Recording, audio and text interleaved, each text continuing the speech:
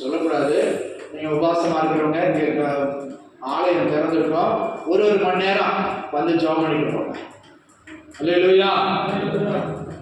ஒரு மணி நேரம் ஆண்டவர் இயேசு என்ன சொன்னார்? 1 மணி நேரமாவது என்னோட கூட வைத்திருக்க கூடாதா, ராத்திரி ஜெபம் பண்ணக்கூடாதா கேட்கிறார் ஆண்டவர். அல்லேலூயா. ஆலயம் திறந்துருக்குது, உங்களுக்கு எப்போ நேரம் சௌகரியமோ அப்போ இங்கே வந்து 1 மணி நேரம் ஜெபம் பண்ணிட்டு போங்க. கர்த்தர் உங்களை ஆசீர்வதிப்பார். அது டிசம்பர் 31ஆம் தேதி வரை, 22ஆம் தேதி முதல் டிசம்பர் 31ஆம் தேதி வரை 40 நாள். அல்லேலூயா. கர்த்தருக்கு ஸ்தோத்திரம். மனப்பூர்வமாய் வந்து ஜெபிங்க. கர்த்தர் நம்மோடு இருந்து பெரிய காரியங்களை செய்வார். அல்லேலூயா. 3வது வாரம் 22ஆம் தேதி கவனிங்க. 3வது வாரம் 22ஆம் தேதி நம்ம கேரல் கிரவுண்ட் வச்சுக்கலாமா? அது அன்னைக்கு ஞாயிற்றுக்கிழமை தான். சரி, நீங்கள் வேலைக்கு போகிறதுனால ஞாயிற்றுக்கிழமையே வச்சுக்கலாம்னு நினைக்கிறேன். 22ஆம் தேதி வைக்கலாமா? வருவீங்களா? ஒத்துழைப்பு கொடுப்பீங்களா? எத்தனாவது வாரம்? 4வது வாரம். கிறிஸ்மஸ்க்கு 3 நாளைக்கு முன்னால் கேரல் கிரவுண்டு வேனில் கிறிஸ்மஸ் பவனின்னு சொல்லி பாட்டு பாடி கொண்டு வீடுகள் தோறும் நம்ம போய் ஜெபம் பண்ணிட்டு வருவோம். எத்தனாம் தேதி? 22, 4வது வாரம், டிசம்பர் மாதம் 4வது வாரம். என்ன நடத்தலாமா? சரியா? உன கையை வச்சு அல்லேலூயா சொல்லுங்க. அல்லேலூயா. இயேசு இந்த பூமியில பாவிகளை ரட்சிக்க இயேசு பிறந்தார் என்கிற ஒரு நல்வார்த்தை சொல்லி அதோடு கூட ஜனங்களுக்கு ரட்சிப்பின் சுவிசேஷத்தை நாம் வெளிப்படுத்துகிறோம். அல்லேலூயா. அல்லேலூயா. கர்த்தர் நல்லவர். இந்த காரியங்களை மனசில் வச்சுக்கோங்க, ஜெபிங்க. அதுக்கிடையில் இங்கே இடையில நடக்கிற கூட்டங்கள் வெள்ளிக்கிழமை உபவாச ஜெபம், புதன்கிழமை பைபிள் ஸ்டடி, அதெல்லாம் நடக்கும். மாதத்தில் அந்த கடைசி 3 நாள் சபையில் உபவாச ஜெபம் நடக்கும். 28, 29, 30 3 நாள். டிசம்பர் மாதம் கடைசி 3 நாள் உபவாச ஜெபம் நடக்கும். அல்லேலூயா. மனசில் வச்சுருங்க. 31ஆம் தேதி ராத்திரி என்னது? பழைய வருட ஆராதனை, புது வருட ஆராதனை நடக்கும். அல்லேலூயா. கிறிஸ்மஸ் 25ஆம் தேதி, அதில் மாற்றம் இல்லை. அன்றைக்கு அதிகாலையில் 5 மணிக்கு ஆராதனை நடக்கும். கிறிஸ்மஸ் ஆராதனை 25ஆம் தேதி அதிகாலை 5 மணிக்கு ஆராதனை நடக்கும். பழைய வருட புது வருட ஆராதனை 31ஆம் தேதி செவ்வாய்க்கிழமை சாயங்காலம் ராத்திரி 10 மணிக்கு ஆரம்பித்து புது வருடத்தோட முடியும். அல்லேலூயா. அல்லேலூயா. எல்லாம் புரிஞ்சுச்சா? புரிஞ்சவங்க கை வருத்துங்க. அல்லேலூயா. கர்த்தருக்கு ஸ்தோத்திரம். இந்த ஆராதனைகளுக்காக ஜெபிங்க, தேவைகளுக்காக ஜெபிங்க. கர்த்தர் நம்மை ஆசீர்வதிப்பார். அல்லேலூயா. அல்லேலூயா. ஸ்தோத்திரம். இப்போதும் நம்முடைய மத்தியில் இருக்கிற சகோதரன் அற்புதராஜ் அவர்கள் வந்து ஒரு 1/2 மணி நேரம் தேவனுடைய ஆலோசனை பகிர்ந்து கொள்வார். ஸ்தோத்திரம்.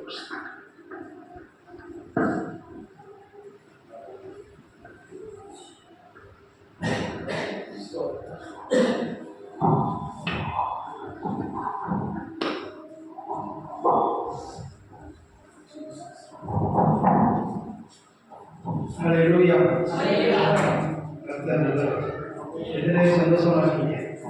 ஹல்லேலூயா. அப்பா வீட்டுக்கு வர்றது எவ்வளோ சந்தோஷம். ஹல்லேலூயா. உலக பிரகாரமான அப்பா வீட்டுக்கு போகும்போது எவ்வளோ சந்தோஷப்படுவீங்க.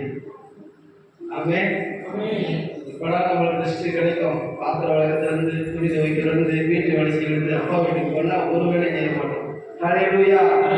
நம்ம ஆலயத்துக்கு வந்து நம்மளை உருவாக்கின அப்பாவை சந்திப்பதற்காக. ஹல்லேலூயா. அவர் வீட்டுக்கு வரும்பொழுது நம்ம எதை குறித்து நம்ம கவலைப்படவே மாட்டோம். அப்படிதானே? உங்கள் அப்பா வீட்டுக்கு போனீங்கன்னா வீட்டோட நிலைமையை பார்த்து நீங்கள் கவலைப்படுவீங்களா? என்ன சமையல் பண்ணணும், என்ன சாப்பாடு பண்ணணும், எதுவுமே கவலை எல்லாம் அம்மா பார்த்து போடுவாங்க. இன்னைக்கு நம்ம ஃபுல் ரெஸ்ட்னு சொல்லி முழுமையாக அப்பா வீட்டில் நம்ம நேரத்தை செலவிடுவோம். அப்படிதானே? அப்போ ஆண்டவர் சமூகத்தில் வந்ததும் நம்ம அப்பா வீட்டுக்கு வந்த மாதிரி தான். ஹல்லேலூயா.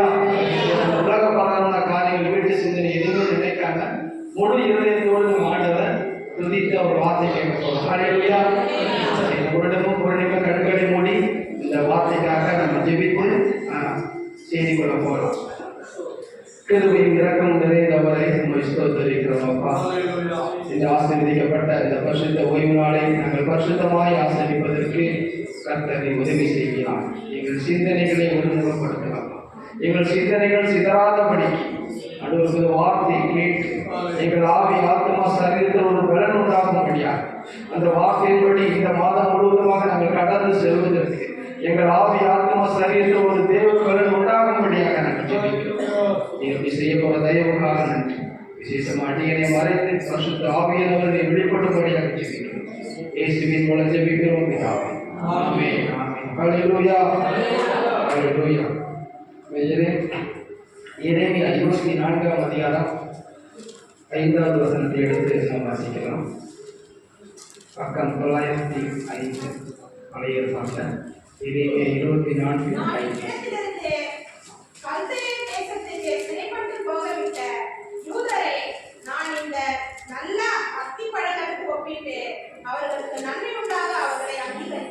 ஹல்லேலூயா. ஆண்டவர் சொல்றாரு எரேமியா தீர்க்கதரிசி மூலமாக, நான் இவ்விடத்திலிருந்து கல்தேய தேசத்துக்கு சிறைப்பட்டு போகவிட்டேன் சொல்லியிருக்காங்க. என்ன சொல்லியிருக்காங்க? கல்தேய தேசத்துக்கு சிறைப்பட்டு போகவிட்டேன். அப்ப இதுல என்ன நம்ம கவனிக்கிறோம் அப்படின்னா, ஆண்டவர் என்ன பண்ணியிருக்காரு? அந்த இஸ்ரவேல் ஜனங்களை சிறையிருப்புக்கு அனுமதிச்சிருக்கிறார். ஹல்லேலூயா. கல்தேய தேசத்துக்கு சிறைப்பட்டு போகவிட்ட யூதரை நான் இந்த நல்ல அத்திப்பழங்களுக்கு ஒப்பிட்டு அவர்களுக்கு நன்மை உண்டாக அவர்களை அங்கீகரித்தேன். ஹல்லேலூயா. ஆண்டவர் சிறையிருப்பு அனுமதிப்பது எதற்காக? நம்மளுக்கு நன்மை உண்டாகும்படியாக. ஹல்லேலூயா. நம்மளை அங்கீகரிப்பதற்காக தான் அனுமதிச்சிருக்காரு. சில சிறையிருப்பை நம்ம வாழ்க்கையில அனுமதிச்சிருக்கிறாரு. ஹல்லேலூயா. இப்ப இந்த சம்பவத்துல பார்க்கும்போது யூத ஜனங்களை, எருசலேமில் இருக்கக்கூடிய யூத ஜனங்களை ஆண்டவர் என்ன பண்றாரு அப்படின்னா, பாபிலோன் ராஜாவுடைய நேபுகாத்நேச்சர் மூலமாக ஒரு சிறையிருப்பு, ஒரு யுத்தம் நடக்குது. அந்த நேபுகாத்நேச்சர் என்ன பண்றாருன்னா, எருசலேமில் உள்ள ராஜாக்களை அந்த ஜனங்களை என்ன பண்றாரு? சிறை பிடித்து கூட்டு போறாரு தேசத்துக்கு. அதுதான் கல்தேய தேசம் அப்படின்னா பாபிலோன் தேசம் தான். அங்கு பேசப்படக்கூடிய மொழி வந்து கல்தேய மொழி. அதனால கல்தேய தேசத்துக்கு போகவிட்ட அப்படின்னு. அப்ப பாபிலோன் ராஜாவை நேபுகாத்நேச்சாரோடு ஆண்டவர் யுத்தத்தை அனுமதித்து அந்த ஜனங்களை சிறைப்பிடித்து போகிறார். எதற்காக போகிறார் அப்படின்னா, எரேமியா தீர்க்கதரிசி மூலமா ஆண்டவர் சொல்றாரு, நான் எதற்காக அவரை சிறைப்பிடித்து போகவிட்டேன் அப்படின்னா, அவர்களுக்கு நன்மை உண்டாகும்படியாக. ஹல்லேலூயா. அவர்களை நான் அங்கீகரிக்கும்படியாக நான் சிறையிருப்பை அனுமதித்திருக்கிறேன் அப்படின்னு சொல்லிக்கிறார். நம்முடைய வாழ்க்கையில் கூட சில சிறையிருப்பு ஆண்டவர் அனுமதிப்பார். ஹல்லேலூயா. எதற்காக? நீங்கள் வீழ்ந்து போவதற்காக அல்ல, நீங்கள் சோர்வடைந்து போவதற்காக அல்ல, உங்களை வீட்டு கட்டி எழுப்புவதற்காக. ஹல்லேலூயா. உங்க வாழ்க்கையில சில பலவீனங்கள், சில போராட்டங்கள் உங்க சொந்தங்களுக்கு மூலமாக, சுற்றி இருக்கக்கூடிய ஜனங்கள் மூலமாக, ஏன் உங்க குடும்பத்துல நீங்க மட்டும் ரட்சிக்கப்பட்டிருப்பீங்க, மற்றவங்க ரட்சிக்கப்படாம இருப்பாங்க. அவங்களால சில உபத்திரங்கள், போராட்டங்கள் நடக்கலாம். ஆனா ஆண்டவர் சொல்றாரு, எதற்காக இந்த சிறை இருக்கும் அப்படின்னா, உங்களுக்கு நன்மை உண்டாகும்படியாக. ஹல்லேலூயா. உங்களுக்கு சில குறைவுகள் இருக்கு, அந்த குறைவுகளை நீங்கள் நிவர்த்தி செய்யும்படியாக. ஹல்லேலூயா. அதான் ஆண்டவர் சொல்றாரு, இந்த ஜனங்களை ஒவ்வொரு தடவையும் என்ன பண்றேன்? உபத்திரத்திலிருந்து சிறையிலிருந்து நான் பாதுகாத்து கொண்டே தான் வருகிறேன். ஆனா மீண்டும் மீண்டும் ஜனங்கள் என்ன பண்றாங்க? பாவத்துல எனக்கு கீழ்படியாம இருக்கிறதுனால நான் சில உடனங்கள் இந்த பாபிலோன் தேசத்து அந்நிய கையில நான் என்ன பண்ண போறேன்? ஒப்பு கொடுக்க போறேன் அப்படின்னு சொல்லி 70 வருஷம் ஆண்டு என்ன பண்ணாரு? இந்த ஜனங்களை ஒப்பு கொடுத்துட்டார். எதற்காக அப்படின்னா, என் ஜனங்கள் நன்மை உண்டாகும்படியாக. ஹல்லேலூயா. என் ஜனங்களுக்கு ஒரு அங்கீகாரம் உண்டாகும்படியாக நான் அவர்களை சிறையிருப்புக்கு அனுப்பி இருக்கிறேன் என்று சொல்லுங்க. ஹல்லேலூயா. அப்ப நம்ம இந்த ஒரு அதிகாரத்தின் மூலமா தான் இன்னைக்கு நம்ம தியானிக்க போறோம். ஆண்டவர் நம்மோடு பேசுவாங்க. இப்ப ஆண்டவர் சொன்னாரு, ஒரு நன்மை உண்டாகும்படியாக நான் உங்களை அங்கீகரிப்பேன். அப்ப அங்கீகாரம்னா என்ன? நன்மை உண்டாகும்படினா ஆவிக்குரிய ஆத்மாவோட சரீரத்துல நம்ம ஆசீர்வாதங்களுக்கு நம்ம நன்மை கொடுக்கிறார். சில ஆசீர்வாதங்கள் கொடுக்கிறார். அங்கீகாரம் அப்படின்னா, இப்போ நம்ம ஒரு டாக்டர்கிட்ட போகிறோம் அப்படின்னா, அந்த டாக்டர் கவர்மெண்ட் டாக்டரா இல்லை படிச்சிருக்கிறாரா அப்படின்னு பார்க்குறோம். இல்லை உங்கள் ஸ்கூலில் கம்மியில் ஏதாவது நீங்கள் என்ன பண்ணாங்க, பச்சை கலர் சைன் போட்டாங்க, சைன் போட்டு இந்த பாத்திரத்தை இது கொடுத்தாங்க அப்படின்னா அவங்களுக்கு ஒரு அங்கீகாரம் கொடுத்துருப்பாங்க. இவங்க சைன் போடலாம், இவங்க இதை கற்று பேசலாம், ஏதாவது ஒரு அங்கீகாரம் கொடுத்துருப்பாங்க. அப்ப ஆண்டவர் சொல்றது உங்களை அந்த இடத்துல உங்களை அங்கீகரிக்கும்படியாக, அதாவது உங்களை மேன்மைப்படுத்தும்படியாக, உங்களை உயர்த்தும்படியாக ஆண்டவர் சொல்றாரு ஒரு அங்கீகாரத்தை கொடுப்பார். ஹல்லேலூயா. நம்ம ஒரு சாதாரண ஒரு சாப்பிடக்கூடிய ஒரு பொருளுக்கு நகை வாங்குறோம்னு சொல்லி என்ன பண்ணுவோம்? இந்த நகை வந்து 916 இல்ல பிஎஸ்சி கால்மாக்கா அப்படின்னு பார்ப்போம். எதற்கு? அந்த நகை சுத்தமானது. நம்ம ஒரு அங்கீகாரம் இருக்கிறாங்க, இதை வந்து நீங்க நகை வாங்கலாம். நகை வைக்க கூட என்ன பண்ணாங்க? பண்றாங்க, ஒரு ஏலத்துக்கு கொடுக்க போறீங்க, ஒரு நகையை விற்று நீங்க காசு வாங்க போறீங்க, அவங்க என்ன பண்ணாங்க? செக் பண்ணி அந்த நகை நல்லா ஒரிஜினல் நகையா, இல்லை ரொம்ப கலப்படம் இருக்கா, 916 இல்லை பிஎஸ்சி கால்மாக்கையா ஒரு அங்கீகாரம் கொடுக்குறாங்க அப்படின்னா. அப்ப ஆண்டவர் சொல்றாரு உங்களை சிறையிலுக்கு அனுப்பும் பொழுது உங்களுக்கு எப்படி நான் செய்ய போறேன்? சிறையிலுக்கு அனுப்பும் பொழுது உங்களுக்கு நன்மை உண்டாகும்படியாக நான் உங்களை அங்கீகரிக்க போறேன். ஹல்லேலூயா. உங்க பட்டணத்துல, உங்க கிராமத்துல, உங்க குடும்பத்துல நீங்கள் புறத்தள்ளப்பட்டிருக்கலாம், அவங்க ஒதுக்கப்பட்டிருக்கலாம். ஆண்டவர் சொல்றாரு அந்த சிறையிலுக்கு உங்களுக்கு ஒரு அங்கீகாரத்தை கொடுக்க போகுது. ஹல்லேலூயா. அப்ப ஆண்டவர் நம்மளுக்கு அங்கீகாரத்தை கொடுப்பதற்காக தான் சில சிறையை போய் அனுமதித்திருக்கிறார். ஹல்லேலூயா. இப்ப இந்த 24வது அதிகாரத்தை நம்ம பார்க்கும் பொழுது முதல் வசனத்தை நம்ம வாசிக்கலாம்.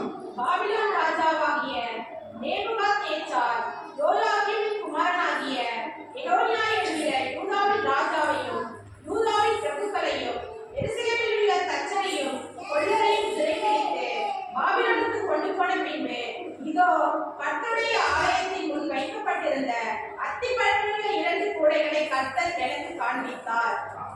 அப்ப ஆண்டவர் சிறைப்பட்டு போக முடிச்ச பிறகு ஆண்டவர் என்ன சொல்றாரு? எரேமியா தீர்க்கதரிசிக்கு ஒரு தரிசனத்தை கொடுக்கிறார். ஆண்டவர் கேட்கிறார், எரேமியா தீர்க்கதரிசியே இப்ப நீ என்ன பார்க்கிற அப்படின்னு சொல்லி கேட்கிறார். அப்ப ஆண்டவர் வந்து அவனுக்கு ஒரு தரிசனத்தை கொடுக்கிறார். என்னன்னா, ஆண்டவருடைய கர்த்தருடைய ஆலயத்துக்கு முன்பு வைக்கப்பட்டிருந்த அத்தி பழங்களுள்ள 2 கூடைகளை கர்த்தர் எனக்கு காண்பித்தார். அப்ப 2 அத்தி பழங்கள் நிறைந்த ஒரு கூடை, 2 கூடை ஆண்டவருடைய ஆலயத்துக்கு முன்பாக வைக்கப்பட்டிருக்கு. அதை வந்து எரேமியா தீர்க்கதரிசி பார்க்கணும். ஆண்டவர் எதை குறிக்கிறது, எதை சொல்றாரு அப்படின்னா, அந்த 2 அத்திப்பழம் கூட வந்து ஒரு கூட நல்ல அத்திப்பழம் நிறைந்த கூட, இன்னொரு கூட கெட்ட அத்திப்பழம் நிறைந்த ஒரு கூட. இந்த 2 கூட எங்க இருக்கு? ஆண்டவருடைய ஆலயத்துக்கு முன்பாக வைக்கப்பட்டிருக்கு. ஹல்லேலூயா. அப்ப ஆண்டவர் எனக்கு வெளிப்படுத்துற காரணம் என்ன அப்படின்னா, ஆண்டவர் சமூகத்துக்கு முன்பாக அந்த கூட வைக்கப்பட்டிருக்குன்னா ஒண்ணு ரட்சிப்பு, இன்னொன்னு நியாயத்துக்கு. ஹல்லேலூயா.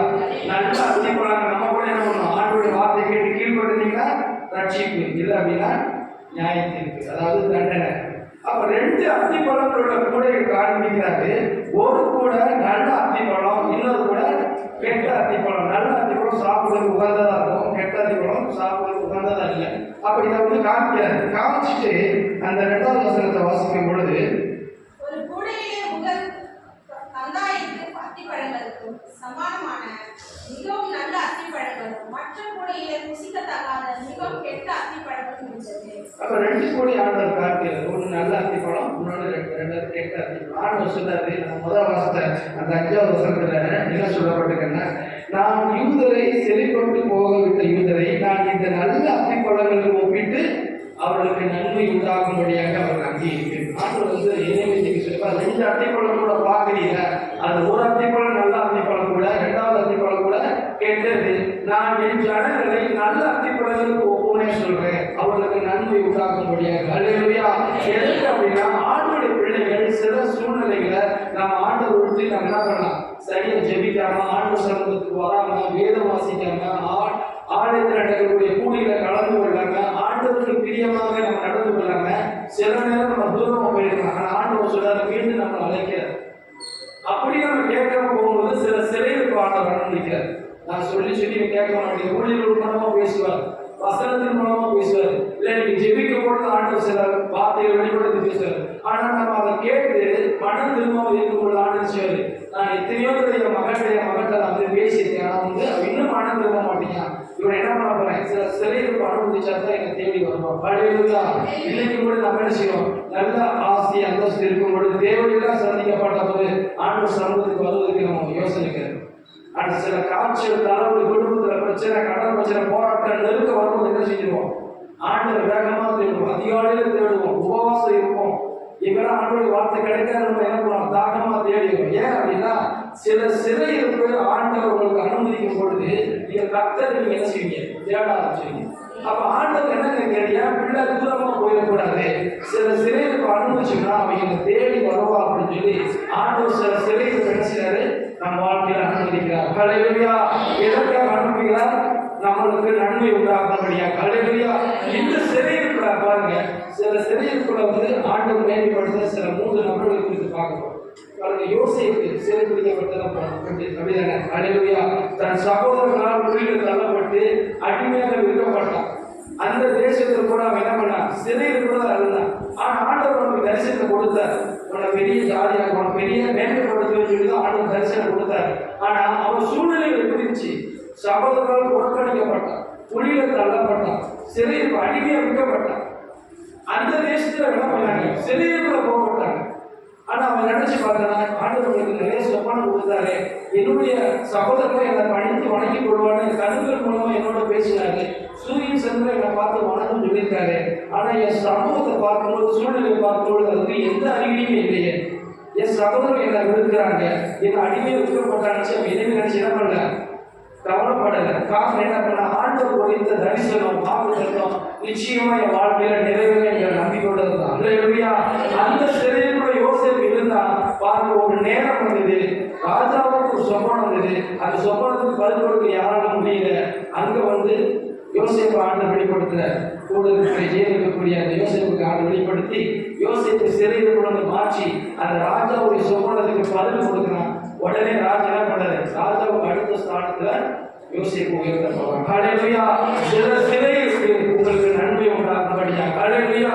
யோசேப்பு சிறையில தான் இருந்தா, ஆனா ஒரு நேரம் முடிச்சு பாருங்க, அந்த தேசத்துக்கு ராஜாவுக்கு அடுத்த ராஜா சொல்றாங்க, இப்ப சாப்பிட தட்டும் என் மனைவி தவிர எல்லாமே உனக்கு, நீ ஆளுகை செய்ய. ஹல்லேலூயா. அப்ப அந்த அளவுக்கு சில சிறைக்கு யோசேப்புக்கு நன்மை உண்டாகும்படியாக ஆண்டவர் உயர்த்தினார். ஹல்லேலூயா. உங்க வாழ்க்கையில் வரக்கூடிய சில பலவீனம் என்ற சிறையில் இருக்கலாம், சில கஷ்டங்கள் நெருக்கங்கள் என்ற சிறையில் இருக்கலாம், சில கடன் பிரச்சனை என்ற சிறையில் இருக்கலாம், கணவன் கூட ஒரு சிறையில் பார்க்கலாம், மனைவி கூட சில சிறையில் பார்க்கலாம். ஆனா அந்த சிறைக்கு உங்களுக்கு நன்மை உண்டாகும்படியாக. ஹல்லேலூயா. உங்களை அங்கீகரிக்கும்படியாக. ஹல்லேலூயா. அடுத்த ஒரு சிறைக்கு பாருங்க, தானியேல். இந்த நேபுகாத்நேச்சர் சிறைப்பிடிக்கப்பட்டு போகவிட்ட அந்த நபர்கள்ல தானியேல் ஒன்று. ஹல்லேலூயா. அவங்க என்ன பண்ணிருக்காங்க? அந்த நேபுகாத்நேச்சர் படையில் தானியேல் ஒரு நண்பர்களை சிறைப்பிடித்து போயிருக்காங்க. ஆனா அந்த பாபிலோன் தேசத்துல அந்த தானியேல் உயர்த்தப்பட்டானா இல்லையா? ஹல்லேலூயா. அவர் சிறைப்பிடிக்கப்பட்டு போகப்பட்ட ஒரு மனிதன் தான் தானியேலும் நண்பர்களும். ஆனா அந்த இடத்துல இயேசுவை கர்த்தர் என்ன பண்ணாங்க? துதிச்சு ஆராதித்தாங்க, விக்கிரங்களை வணங்கி கொள்ளவில்லை, பொருட்களை வணங்கி கொள்ள பக்தி வைராக்கியமா இருந்தாங்க. சிறையின் காலத்துல அந்த தானியேலும் நண்பர்களும் பக்தி வைராக்கியமா இருந்தாங்க. அந்த சிறைக்கு குறித்து கவலைப்படவே இல்லை. எந்த சூழ்நிலையிலும் அக்னியில போடப்பட்டாலும் பரவாயில்ல, சிங்கக்கையில போடப்பட்டாலும் பரவாயில்ல, எந்த சிறையாக இருந்தாலும் என் தேவனை விட்டு நான் வேற தேவர்களை வணங்கி கொள்ள மாட்டேன் என்று பக்தி வைராக்கியமா இருந்தாங்க. ஆண்டவர் ஒரு நேரம் வந்தது, அவருடைய சிறையை மாற்றினாரு, அந்த தேசத்துக்கு ஒரு பெரிய அதிபதியா மாற்றினார். ஹல்லேலூயா. தானியேலுடைய சிறையிருப்பு அந்த நாட்டில் ஒரு பெரிய அதிகாரியாக வேதம் சொல்லுகிறது. அவன் காரியமும் ஜெயமா இருந்தது. ஹல்லேலூயா. சிறையிருப்புல காரியம் இருந்துச்சு, ஜெயமா இருந்தது. அப்ப உங்களுடைய வாழ்க்கையில் காணப்பட்ட சிறையிருப்பு ஆண்டவர் உங்களுக்கு நன்மை உண்டாகும்படியாக மாற்றுவார். ஹல்லேலூயா. உங்களுடைய அந்த பகுதியில, அந்த கிராமத்துல, அந்த பட்டணத்துல, உங்களுடைய குடும்பத்துல, உங்களுடைய சொந்தங்கள்ல உங்களுக்கு ஒரு அங்கீகாரத்தை ஆண்டவர் கொடுப்பார். ஹல்லேலூயா. இப்படி எத்தனை ஜனங்களை பார்க்கலாம். எஸ்தர் ராஜாத்தி, அவளும் இந்த பாபிலோன் தேசத்தால் சிறைப்பிடிக்க போகப்பட்ட ஒரு மகள் தான். ஹல்லேலூயா. எல்லாருமே திரும்பி வந்துட்டாங்க ஒரு குறிப்பிட்ட வருஷத்துல. ஆனா அவன் அங்கேயே தான் இருந்தான்.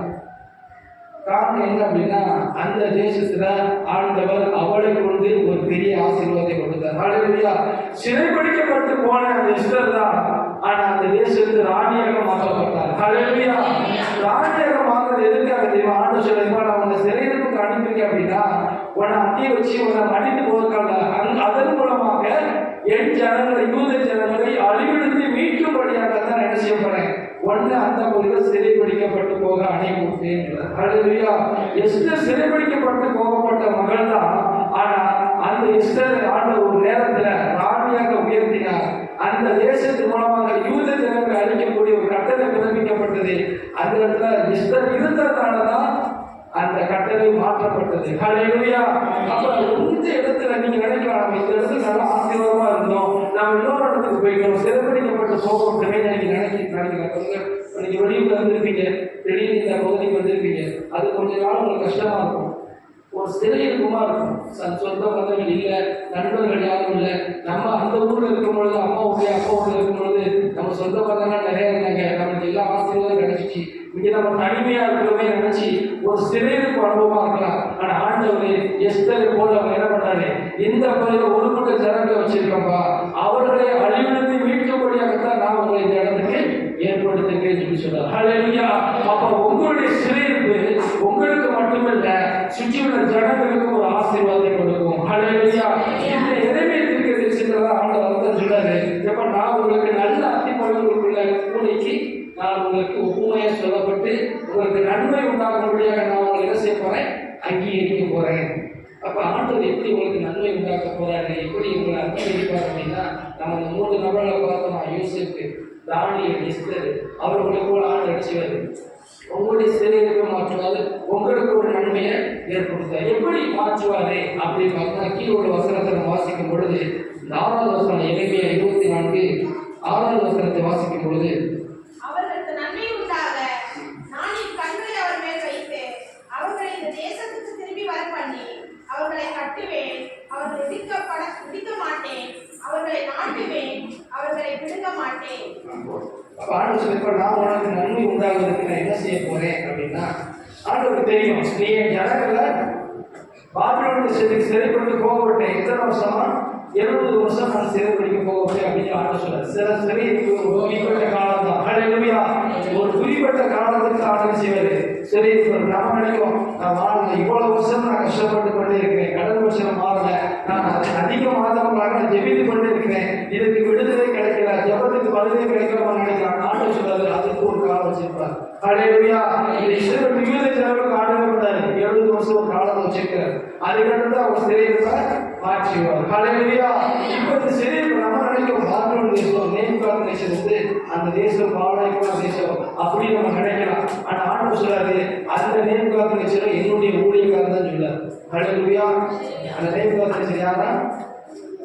ஆளுடைய ஊழியக்காரர். நம்ம வந்து தேர்தல் வரும்போது நம்ம நிறைய ஜெபிப்போம், இவங்க வரக்கூடாது, இந்த கட்சி வரக்கூடாது, அந்த கட்சி வரக்கூடாது ஜெபம் பண்ணுவோம். ஆனா நம்ம ஜெபத்துக்கு மீறி நம்மளுக்கு விரோதமா வந்துட்டாங்கன்னா நம்ம வந்து என்ன பண்ணுவோம், நம்ம ஜெபத்துக்கு ஆண்டர் பதில் கொடுக்கலையே நினைப்போம். ஆனா ஆண்டர் நினைப்போம், நான் அவன் ஏற்படுத்தின ஊழியக்காரன் தான். எதற்காக அப்படின்னா உங்களை உருவாக்குவதற்காக. ஹல்லேலூயா. எல்லாமே உங்களுக்கு சாதகமா வந்துச்சுன்னா நீங்க ஜெபிக்க மாட்டீங்க, உபவாசம் இருக்க மாட்டீங்க, ஆண்டவர் சமூகத்தை தேட மாட்டீங்க. சில சூழ்நிலைகள் சிறையில் இருந்தால் தான் என்ன செய்வோம், உபவாசம் இருப்போம், தாகத்தோடு ஜெப கூட்டத்தில் கலந்து கொள்வோம், ஆண்டவர் அதிகமாக தேடுவோம். ஹல்லேலூயா. ஒரு வசனத்தை வாசிக்கிறேன், 25வது வசனம், அதிகாரத்துல 9வது வசனம், எரேமியா 25:9. இதோ நான் வடிக்க இருக்கிற சகல வம்சங்களையும் என் ஊழியக்காரனாகிய நேபுகாத் நேச்சார் என்கிற பாபிலோன் ராஜாவையும் அடுத்தனுப்பி அவர்களை இந்த தேசத்துக்கு விரோதமாகவும் இந்த குடிகளுக்கு விரோதமாகவும் சுற்றிலும் இருக்கிற இந்த எல்லா சாதிகளுக்கும் விரோதமாகவும் வரப்பண்ணி அவைகளை சங்காரத்துக்கு ஒப்புக்கொடுத்து அவைகளை பாழாகவும் இகழ்ச்சிக்குரியாகிய ஈசல் பொழுதலாகவும் நித்திய வனாந்தரங்களாகவும் செய்வேன் என்று சேனைகளின் கர்த்தர் சொல்லுகிறார்.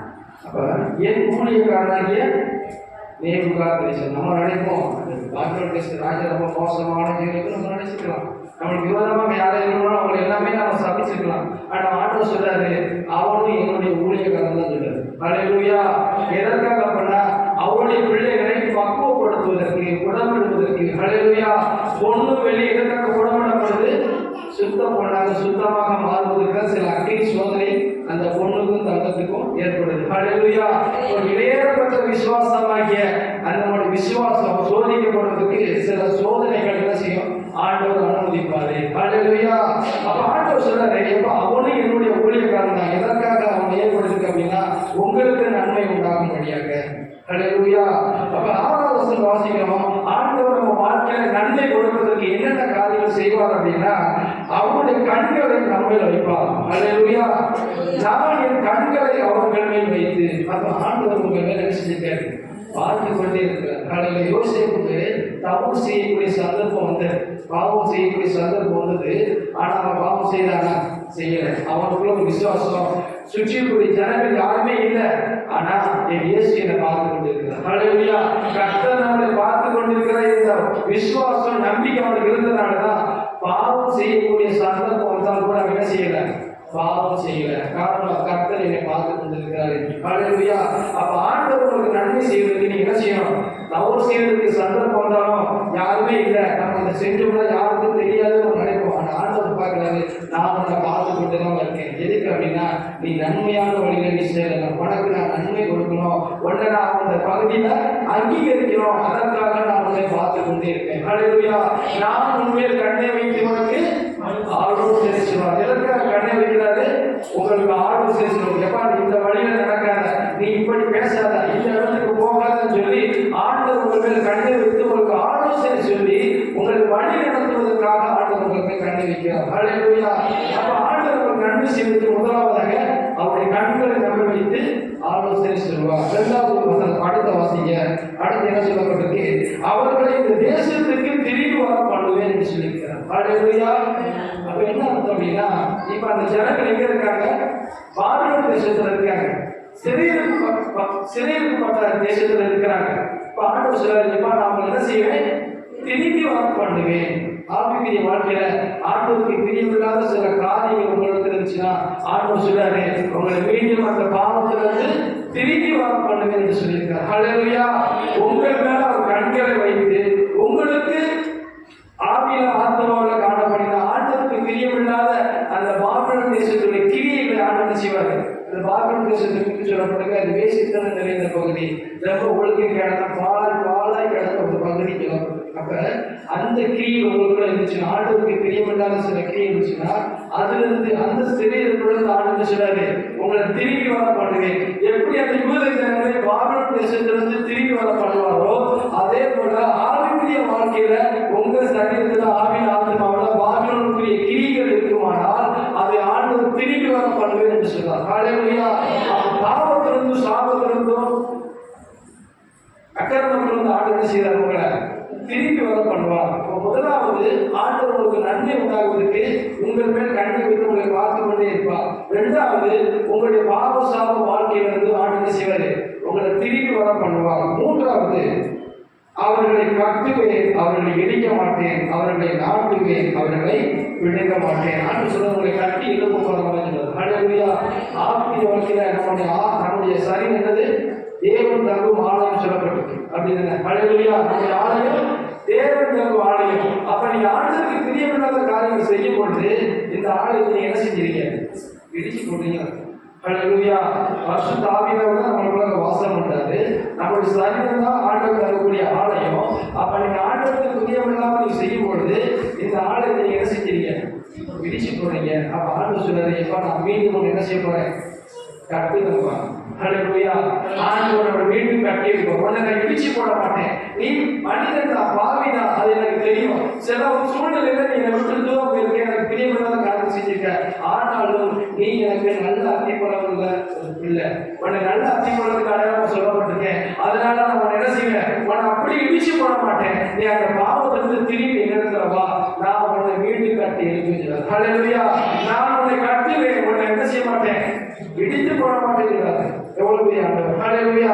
அடுத்து நான் நாட்டுவேன், உன்னை வெளியே போட மாட்டேன். ஆண்டவர் உங்களை இந்த ஆலயத்துல நாட்டி வச்சிருக்காரு. ஹல்லேலூயா. இந்த ஆலயத்துல உங்களை நாட்டி வச்சிருக்காரு. இதை வெளியே போட மாட்டேங்கிறார். ஹல்லேலூயா. ஆண்டவருடைய அந்த பரலோக ராஜ்யத்துல, அந்த திராட்சை தோட்டத்துல உங்களை ஒரு செடியா கேட்கப்பட்ட ஒரு கொடியா காண்டவர் நாட்டி வச்சிருக்கிறாரு. நீங்க கனி கொடுக்கல. அந்த வேலைக்காரன் சொல்றான், அந்த எஜமான் சொல்றாரு, இத்தனை வருஷமாயி போச்சு கனி கொடுக்காம இருக்கேன், இது வெட்டி போட்டு நிறுவனையும். அந்த வேலைக்காரன் இயேசு என்ன சொல்றாரு? ஒரு வருஷம் டைம் கொடுங்க, ஒரு வருஷம் டைம் கொடுங்க. இந்த மரத்தை என்ன பண்றேன்? பக்குவப்படுத்தி பண்படுத்தி உரத்தை கொடுத்து வீட்டு கனி கொடுக்கக்கூடிய நான் மாற்றுவேன் அப்படின்னு சொல்லி நம்மளுக்காக இயேசு கிறிஸ்து பிதாவத்துல மருந்து பேசுகிறேன். ஹல்லேலூயா. அதனால இடித்து போட மாட்டேன் சார், விடுக்க மாட்டேன், உங்களை நாட்டுவேன் சொல்றாரு. ஹல்லேலூயா. நம்ம கூட வீட்டுல செடி வளர்ப்போம். அது செடி வளர்ந்தோடனே நம்ம வந்து கனி கொடுத்து நினைப்போம். கனி கொடுக்கல இல்லை அது பட்டு பூச்சி என்ன பண்ணுவோம் டக்குன்னு துருக்கி போட்டு வேற விஷயம். ஆனால் ஆண்டவர் சொல்றாரு அதை மீண்டும் நான் தண்ணி ஊற்றி தேவையான உரத்தை கொடுத்து அதை மீண்டும் தடுக்க செய்யுது. மீண்டும் உங்களை கனி கொடுக்கக்கூடிய மாற்றுவேன். அது வரைக்கும் நான் அந்த பிடிக்கு போட மாட்டேன்னு சொல்லி ஆண்டவர் நம்மளை பார்த்து சொல்றாரு. ஹல்லேலூயா. ஆண்டவர் எதை சிவமா சொல்றாரு, உங்களை நாட்டுவேன், பிடிங்கி போட மாட்டேன். ஹல்லேலூயா. ஆண்டவர் சொல்றாரு உங்களுக்கு நன்மை உண்டாகணும். எவ்வளவு காரியங்களை பண்றாரு பாருங்க. அவர் நன்மையில கண்கள் வைப்பாரு. ரெண்டாவது அந்த பாவத்திலிருந்து சாபத்திலிருந்து உங்களை திரும்பி வர பண்ணுவாரு. மூன்றாவது உங்களை கட்டி வைப்பாரு. இசைவாய் அவருதான் நம்ம பேச மாட்டோம். அப்படிதானே? எப்படி இந்த பில்டிங்க்கு அடித்தளம் பேச மாட்டோம். உறுதியாக அஸ்திபாரம் உறுதியாக தான் பில்டிங் வந்து ஸ்ட்ராங்கா இருக்கும். அப்ப அஸ்திபாரமாக இயேசு கிறிஸ்து உங்களுக்கு இருந்துச்சுன்னா அது மேல கட்டப்பட்ட ஆவிக்குரிய கட்டடம் நிறையா இருக்கும். ஹல்லேலூயா. உங்களை கட்டி வைப்பேன், உங்களை இடித்து போட மாட்டேன்னு சொன்னாரு. அடுத்து உங்களை நாட்டுவேன், உங்களை பிடிக்கி போட மாட்டேன்னு சொன்னார். ஹல்லேலூயா. அதுக்கடுத்து என்ன ஆசீர்வாதத்தை நம்ம பார்த்துட்டோம், அப்படியே நம்ம நிறைவு செய்யலாம். அதுக்கடுத்து ஆண்டவர் சொல்றாரு 7ஆம் வசனத்துல, நான் கர்த்தர் என்ற அறியும் இருதயத்தை அவர்களுக்கு கொடுப்பேன். அப்ப இந்த ஜனங்கள் அநேக நன்மைகளை பார்க்கிறாங்க. ஆண்டவர் மூலமா அநேக சாட்சிகள் சொல்றோம். ஆனா சில சூழ்நிலையில சில உபத்திரம் சில பிரச்சனை வரும்போது நம்ம என்ன நினைக்கிறோம், ஆண்டவர் வந்து பின்மாற்றத்துக்கு செல்ல வேண்டியதாங்க. சிலர் என்ன பண்ணிடுறாங்க, ஆண்டவருக்கு இடம்.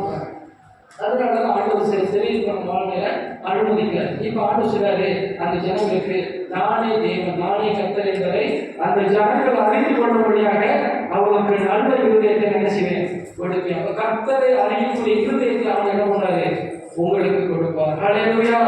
ஹல்லேலூயா. அவர்கள் என் ஜனமா இருப்பார்கள், நான் அவர்களுக்கு தேவனா இருப்பேன். அவர்கள் தங்கள் முழு இதயத்தோடு என்னிடத்துக்கு திரும்புவார்கள் என்று ஆண்டவர் சொன்னார். சில சூழ்நிலைகள் சில